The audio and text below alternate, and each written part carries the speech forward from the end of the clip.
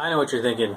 You're thinking, well, I need a practice amp and something to practice with my band, and then I need a really good, solid gigging amp, something that'll be nice and sound great and be loud. And I was like, that's 3 different amps. So I could get like something that dials down to 15 watts, 5 watts, 35 watts, and hope that's good enough to practice with.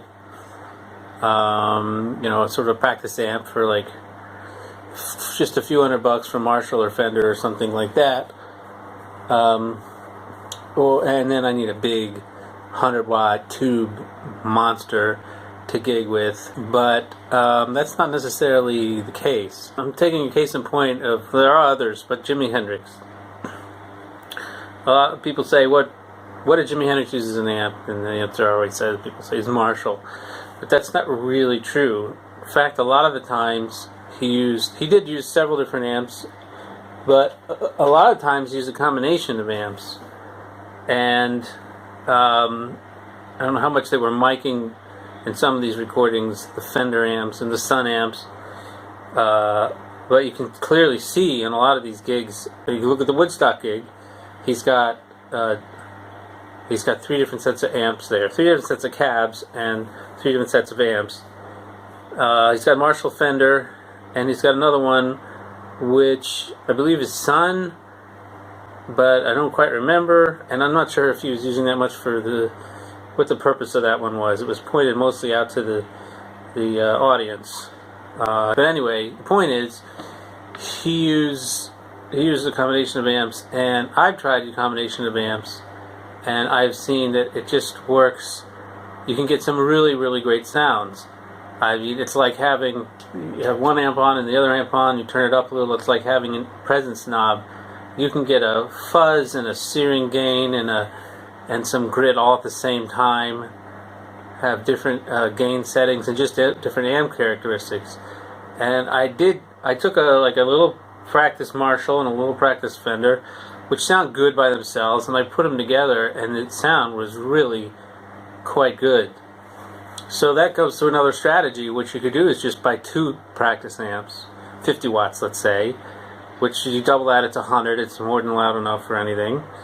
And you pick one to your practice gigs, you leave that in the car or whatever, or at the practice gig, and you leave one at home to practice on, and then when you have a gig, you use both of them together. So I'm going to do a demonstration now. I'm going to have a Marshall practice amp, but a Fender practice amp, and a Mesa Boogie gigging amp, and I'm going to use them in different combinations, and you can see what they sound like.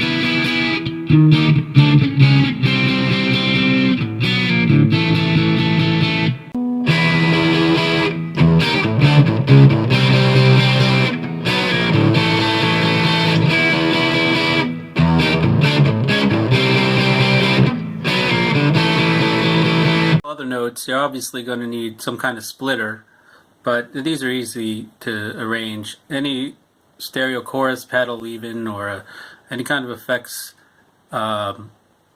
rack or effects combo, a lot of different delay, a lot of different effects that can split the tone. And then you have a nice stereo output too.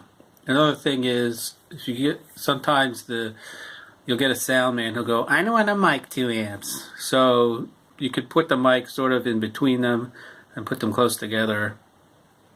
I also find it's nice to have 2 amps on the gig, and then you can have sort of more of one as a monitor and then more of one as just regular output.